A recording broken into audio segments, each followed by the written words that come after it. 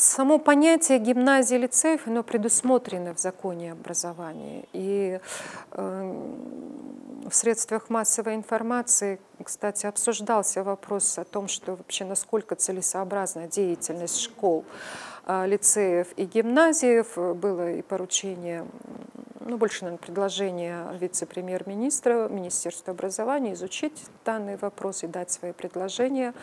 Но вы знаете, эти виды школ, они, в принципе, предусмотрены законом образования.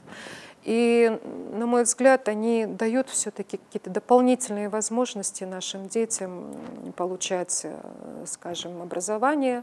Поэтому я думаю, что лишать такого права не нужно наших детей.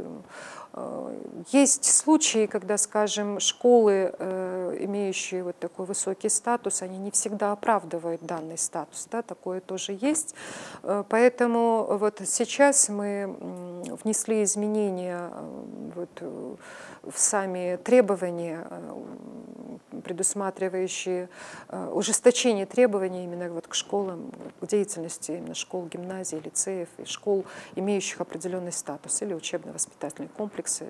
Такая форма, она тоже есть на сегодня.